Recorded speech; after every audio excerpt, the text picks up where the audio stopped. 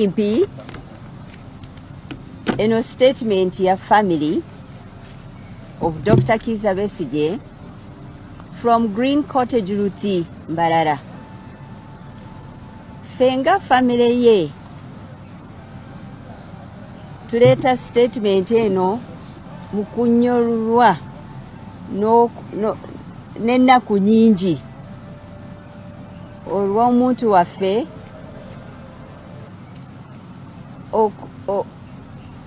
okusitirwa e Kenya, abduction, okuwambibwa, okuleetebwa ne bamusiba mu ngeri emenya amateeka. Ku nnaku eziyiseeko twafunye mu Ntuutu essimu Mutumbi essimu ng'eva mu bakulira prisons nga basaba tuleete personal doctor we, ate nga be bamu babadde baganye okukola ki, babadde bamuganye okulaba abasawo we, naye kakati mumuleete bakubye ekiro ennyo. Ekintu ekyo kyatukanze nnyo, tulowooza nti embeera ya dokita yeeyongedde okubeera obubi, n'olwekyo tuzze wano okwogera n'okulaga abantu bonna n'abo abamusibye nti ensi etunula ebyo bye tugamba. Tulina message eya President Museveni nga tumugamba nti ekinaatuuka ku Besigye kyonna tujja kumanya ani akikoze, ye Museveni.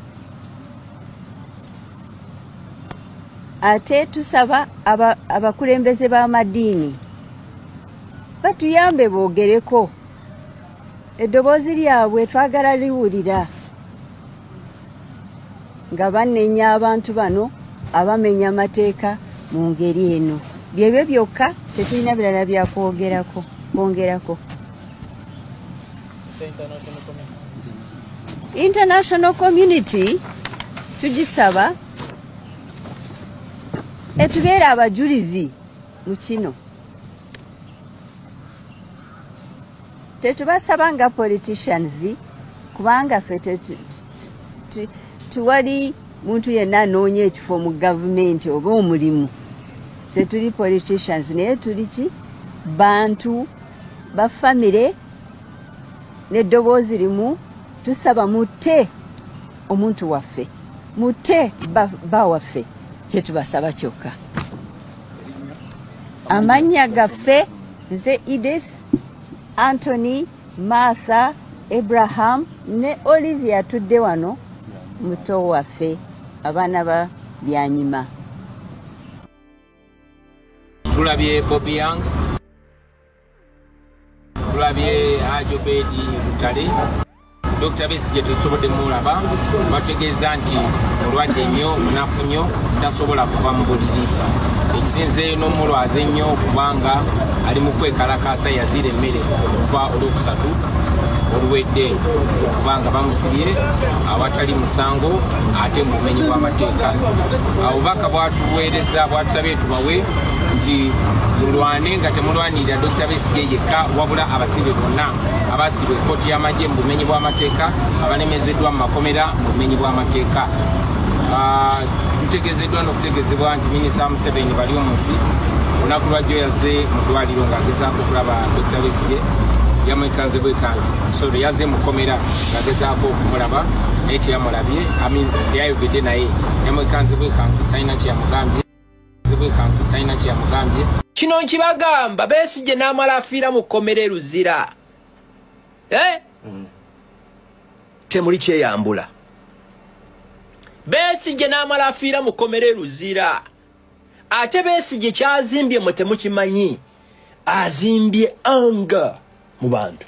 Really? nze ndi so breast mu Uganda sinawe sigenda mbeera ku munaku afembayo wansi nembeera ku mugagga afembayo waggulu mbeera mu purported opposition nembeera n'aba NUP nembeera n'aba FDC n'abali mu government abenaalemu n'abali mu PRU. I know bana Uganda anga gye bayina Besigye mumute adde makage mumuteekeko 24-hour surveillance. Besigye n'amala afiira mu komera kiyinza obutabika today, but I can tell you temuleyambula kintu kino. Oba Besigye yazza misango ki kubanga according to credible intelligence abali intelligence bakugamba nti yes yalina olukolo okuba ennyonyi zigwe bwe bagamba bo bwe kigambibwa katwashuminga nti kituufu oba kikyamu kubanga tewali buki bujulizi situbulina bwe bagamba okitegeera naye ateebwe ajjanjabwe bwe muba mumutya nnyo mumuteekeko surveillance ekyakoze eki ekyasinze.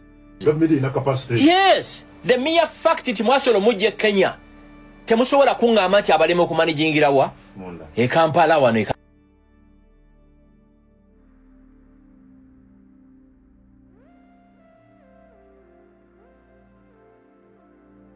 Kampala ne bakimanyi nti there is only one person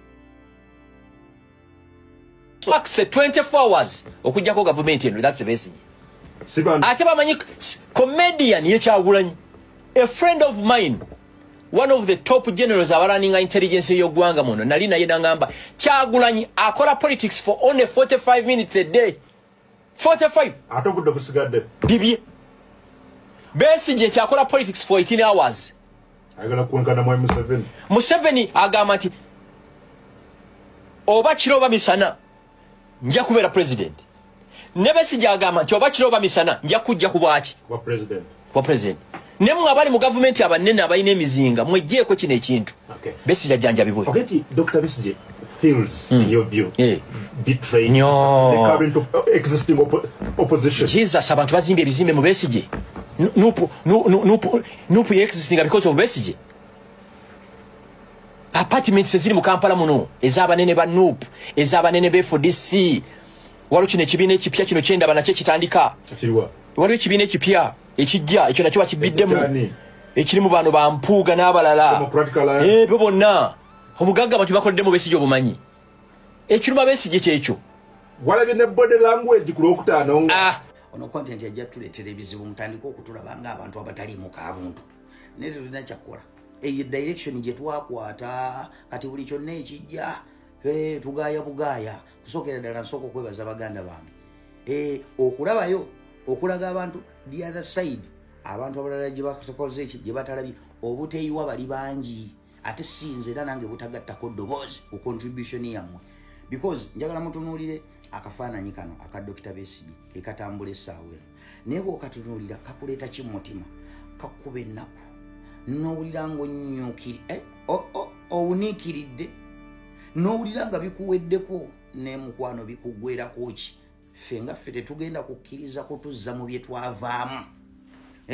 temugenda kutuzza mu bye twavaamu ono sayansi wammwe ono w'amayanzi gwe muleese buli muntu atunuulira akafaananyi kana akwatibwa ennaku kati njagala mulabe ebintu bino nti biri scripted ate njagala obuuke wadde era biri scripted naye tebyajja ekintu kyenjagala mutunuulire mu bintu bino byonna red flag esookera ddala omwami ono bamuvunaana omusango gwa buyeekera bw'omuvunaana omusango gw'obuyeekera gwe mbuuliraayo obuyeekera bwonna obukolebwa nga bukolebwa muntu omu baleeta bati otuyeekera tumu twe baakwata kati nze wano I can authoritatively tell you nti ono omuyeekera ava China mu kipuli tali ku origino in the whole FDC nga ono bali bakwata abaana bamachete babayoola kisaaganda they have been in prison for 4 years abalala babatadde bayoola bangi kati FDC yonna yo teyali mbuyeekera wabula gavumenti ne bambega bayo we baanoonyereza baagwa ku muyeekera ogwo golooza lwaki bateekayo Dr. Besigye yekka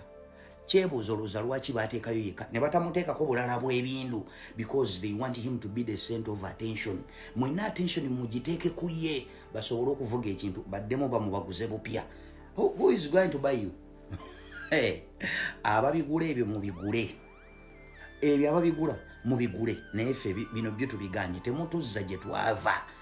Omuntu omulala ayinza ogamba uptop, are you defying from omukulembeze kye yakoze? No, you have to understand his position. Oyo ye mukulembeze ekyo kyateekeddwa okukola so that his enemies don't use it against him nti ate teyakoze bwati. Oyo ekyo kyo kyakola ki kyateekeddwa okukola. Then kati ffe bamutafassira ne tujja ne tukugayizamu nti wano waliwo ekiwunya wano.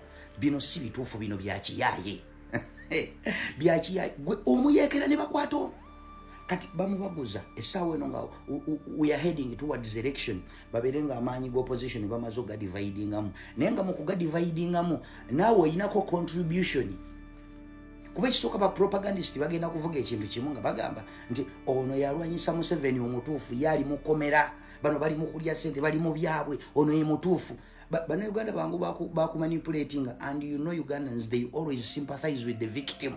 Essaawa eno gwe batwalanga victim yani ye Dr. Besigye emitima gy'abantu batandikoga nti ono baye mutuufu ono gwe weebuuze Dr. Besigye okuyiika kuno enkokola ne feesi eno yonna bwagitunuza bwati weebuuze byatandika ddi. Back in the days bakwatanga Dr. Besigye ne bamusiba naye ng'avaayo yenna awanika obugalaati ng'akulaga ali solid nga teyenyenyezaamu yadde ne batuuka omudikira eyalingako nti ye Munnayuganda gwe bakyasinze simanyi ovunaana emisango emingi ndeeteraayo mu biseera ebyo bamuyolera ennyo nga wali akafaananyi nga atunula bwati ng'ayiise viivi yeekali lwaki baleeta akafaananyi kano ke batambuza. They want you to sympathize with him. Mubeeraawo mwenna munyuukirire bano abavuga adiisi zaabwe batandika zivuga nti ono ye mutuufu ono ye mutuufu olwo nno muba mutandise okudda mu bye mwakola ki mu bye mwavaamu. Some of us are not ready to go there. Bino byakiyaayi omuyeekera lwaki bakwata omu singa kubaddeko abayeekera abalala eno script yandirabise bulungi naye mwagitirawa kukwata tuyeekera tumu. Kitegeeza mwagala ye ababeera center of attention nga temutaddeko obwebindu bulala. And right now that is the thing and it is working because abantu kati essaawa eno batandise omuwa attention mukipika wali ali eri simanyi ekifaananyi kino nkigula simanyi miliyoni bikoze bitya bakuleetera nnyo feesi ye nga yonna ne bakuba akafaananyi nga ebiriwero scripted tutwalire endaga mwagasiya nze sijja bikkiriza bino. So bannayuganda teweeyiwa nnyo bangi gye bali tunulako sayidi endala waliwo kye babaguza kye baagala mugule please temukigula. Kati bagenda kunyiiga nti abaana bano omuntu yegina emiziina kati bwe munyiiga kati tubayambe tutya ekirungi temulina gwe muliisa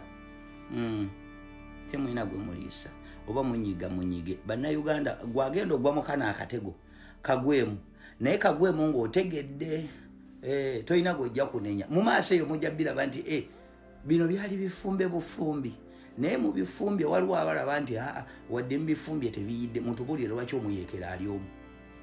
Waliwo atuula mu lukiiko lw'obuyeekera ng'agenda kuyeekera eggwanga ng'agenda duyeekera omu ye tanka ye guluneedi ye bomu yagenda okulumba ku fronti yagenda abalala abayeekera baliwa be yalinga nabo mu nkiiko z'obuyeekera bambega bwe baleeta ono omu enkiiko yazibeerangamu yekka sente z'okugula helikopita connections yekka nga yali mu nteekateeka z'okuyeekera nga abalala tebazirimu ye buli kimu. Eyo red flag gibuuke baagala bamuguze bamubakomezeewo kati mudde mu byakidikuzi bye twavaamu nantuwe. Omugenzi Ssegirinya Muhammadi nsaba Allah gyali amuwejjana bwe yafuna obuzibu bw'obulwadde n'okusibwa ebigambo bingi byayogerwa abamu nga nabaffe bannuupu buli omu n'ayogera ne bakola vidiyo ez'enjawulo ne bakola ki ne bamwogerako ebigambo bingi yeerwaza Ssegirinya mudiringa ne gundi Ssegirinya kino naye obudde buno obukya buziba Allah bambi najjulula Seggirinya. Allah bwe yajjulula Seggirinya nenda abantu be bamu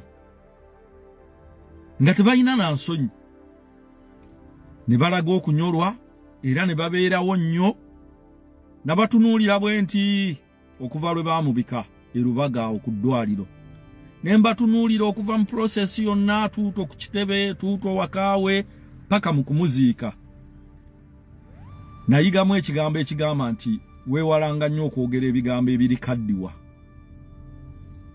toyogeranga ebigambo ebinaakaddiwa.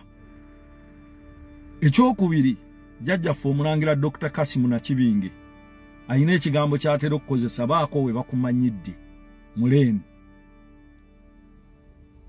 naye nawulidde ebigambo ebyogerwa ku Dr. Besigye ku Saturday n'olw'omukaaga ku akaunti zino eza TikTok nengamba la hawla wala quwwata illa billah. Kale ekisooka ku mitimbagano gino njagala obbategeeza nti Katonda yagituleeteranga ekigezo ekiyinza otuyamba okubuulirira eggwanga lyaffe okubuulirira ensi yonna ekigezo ekigenda otulaga okutegeera kwaffe mu bwongo ekigenda otulaga obuntu bulamu bwaddawa kye bayita ubuntu omu South Africa kiyita ubuntu mu Buganda tukiyita obuntu bulamu bwaddawa nazzi kuno nga ne bwaba muliraanwawo n'afiirwa nga mubadde muyina embiranye bw'otajja mu kuziika banneyiba nga bamanyi ebizibu byammwe wakati awo naye nga bwe basooka okubuuza ye Haji Makolo tazze mu kuziikirako neyiba we olwo bakizizzaayo mu kigambo obuntu bulamu. Maama Naabagereka akisomesa nnyo mu kisaakaati eri abaana obuntu bulamu. Ekintu ekyo kikulu nnyo kati emitimbagano gyo gitwolesa obuntu bulamu bwaddawa. Oli n'atuuka okwogera ekigambo mbu Dr. Kizza Besigye yeetunuza yeekoza bwatyo bantu mmwe mukoze bubi nnyo ensi eno. Nkimanyi mujja kunvuma era mujja kunnyanukula naye ekyo si kyekikulu ensi ejja tujajinga. Wakati mu mbeera Dr. Kizza Besigye gy'alimu obubaka bwe yeetaaga kati bumuzzaamu maanyi naawe alowooza nti otuukiridde bulijjo bwe bakubamu wano ebituli ffe tugamba nedda ebyo bigambo era ne tutambula ne tuwuliriza naye olw'okuba tulina ekizibu ku mitimbagano gino emyaka egigisingako gy'abaana bato nnyo bambi nga tebafunye na kubuulirirwa. Abamu tujja ku mitimbagano gino twakulira mu famire nga tewakula na taatawo oba maamawo nga tetumanyi gye wakulira. Oli najja ku mutimbagano guno abamu mbalaba beeyambulira nako naye mwekube mu kifuba. Bino bye twogera ku mitimbagano gino mbalayirira Allah yatutonda emyaka 12 abaana baffe bagenda biraba mu maaso bakutunuulire nga ddala taata waabwe beebuuze yoono omutwe gwegwo gwennyini obuntu bulamu bulazeewa. Bwe mutyo bwe mwatuvuma ku Ssaabasajja Kabaka ng'ali mu kusoomoozebwa Katikkiro n'avumwa abambejja ne bavumwa abalangira ne bavumwa buli muntu n'avumwa ne mbagamba wano ku mutimbagano nti Obwakabaka bwa Buganda round about weetooloola n'obusangawo ekibinja kyekimu ekyo kyekivuma buli mukulembeze throughout. Ne twebuuza ekigendererwa ki? Ekigendererwa ki? Ddala obulamu bw'omusajja Kizza Besigye ensi yonna internationally buli mu kwogera ku Besigye n'obulamu bwe. N'otunula mu kamera n'ovuma omusajja omulwadde ali mu kusoomozebwa, ali mu kkomera. Sseggirinya baamuleetanga mu kkomera nga mugamba nti yeekoza. Sseggirinya alya bitavutavu. Bwe yamala okufa ne mwesiimiikiriza. Baganda bange, bannyinaze, mikwano gyaffe, tuddemu ku buntu bulamu. Tuddemu obuntu bulamu mu bye tukola. Tuddemu obuntu bulamu. Mbeegayiridde. Nze nina enkola emu egamba nti we soogera ku kintu tekiyita, ne bwe nsirika kiyita. Ekintu bwe kiba kikuzitooweredde kireke. Lino eggwanga Uganda ebizibu bye lirina biringa kitabo kyaffe ekya Qur'ani. Tosobola kisomesa seeka omu n'okimalayo. Teri seeka asobola kusomesa Qur'ani n'agimalako. Kitegeeza bw'oba tokutte ku alufu eno, kwata ku alufu endala. Bw'oba tokutte ku ssuula eno, kwata ku ssuula endala. Bw'oba tokutte ku aya eno, kwata ku ndala. Ne Uganda bw'eri. Uganda enejjudde ebizibu bye tutasobola kwogera kumalayo. Mwami Museveni byagituusizzaako. Lwaki mba mpulira bwe mba saagala Dr. Besigye ng'omuntu simwesonyiwa ne njogera ku birala? Mwesonyiwa ne njogera ku birala. Bwe mba kinkaluubiridde kinzitooweredde okusinga okwogera ebitakwatagana. Ate tuyina ekizibu ffe abali public figure. Atakumanyi n'akumanyi, buli omu yeefuula akumanyi. N'akwogerako n'omusanga buno Burusiya buwala bwa Kinyoozi Kafeero bwe yayimbako. Takumanyi n'akwogerako. Ne bannaaye mbadde mbasaba n'obuwombeefu mikwano gyanffe. Muyina ba followers bangi era mwogera nnyo, mwe musinga kale okutegeera. N'ebimu mubireke biyite. Sooka tuleke omusajja Besigye ave mu challenge. Omusajja Kulayije yayogedde ekigambo. N'agamba nti twali tusobola n'omuttira mu kkubo nga tumuleeta ne tumuggyako omutwe. Naye ne twagala tumuleete afiire mu mateeka kye yabadde ategeeza. Tumuvunaanire mu kkooti, tumuttire mu mateeka. Ayogerera amagye ayogedde ekyo. N'eggwera omutwe gusigadde mukalu. Inna lillahi wa inna ilaihi rajiun. Bantu mmwe tuyina obulumi. Mbadde mbasaba mikwano gyaffe bwe muba ddala nga muli part of us mu struggle eno gye tulimu. Mpozi nga bwe mugamba eyammwe yanjawulo. Tubeegayiridde, nammwe baboogerako bingi. Naye tetubyogera, tubidifendi nga tumanya nti bye bya bulijjo. Muleke Besigye amala okuva mu challenge gy'alimu. Abamanyi Besigye bamumanyi. Bw'oba tomumanyi muleke. La hawla wala quwwata. Dr. Kizza Besigye gy'oli, nsaba Allah akuvuunusa embeera. Kulayije yeewera kutta ate abeeyita ababo bakwogerera bino. Abalungi abatuuliriza era abatulaba, olunaku olwaleero tukyaddeko ewa Sheikh Ashraf Dembe. Sebo nsanyusa okubalaba. Amannya agange ye Sheikh Ashraf Dembe akola ku bizibu by'enjawulo. Omuntu singa aba alina ebirwadde musomereddwa, tumuwa amazzi ga lukuya nga bw'obadde ogalaba, tugenda abantu ku kyoto ne twokya emizimu emibi egibabaamu n'okulomba edduwa. Abantu singa abeera ng'ali wano atuuse, sobola okumulombera edduwa. Ne waba atatuuse nga mpadde amannya ge naye ng'ali wala. Naneetaaze enamba yange yeno eri 0707363711. Namwe bannyinaffe abali ebweru oyagala okuba nti oyagala okulombera ku dduwa ng'olina ebizibu, viza zibuze, amaka gakolongotana, sente zikola zimpita mu ngalo, ojja kumpeereza ekifaananyi kyo n'amanyago, ebyo byokka bijja kummala. Nja kukulombera edduwa, ojja kutereera. Olunaku olusembayo mu mwezi mba n'edduwa eyawamu ffenna n'abalwadde bange abakadde n'abapya. Salaamu alaikum warahmatullahi wabarakatuh.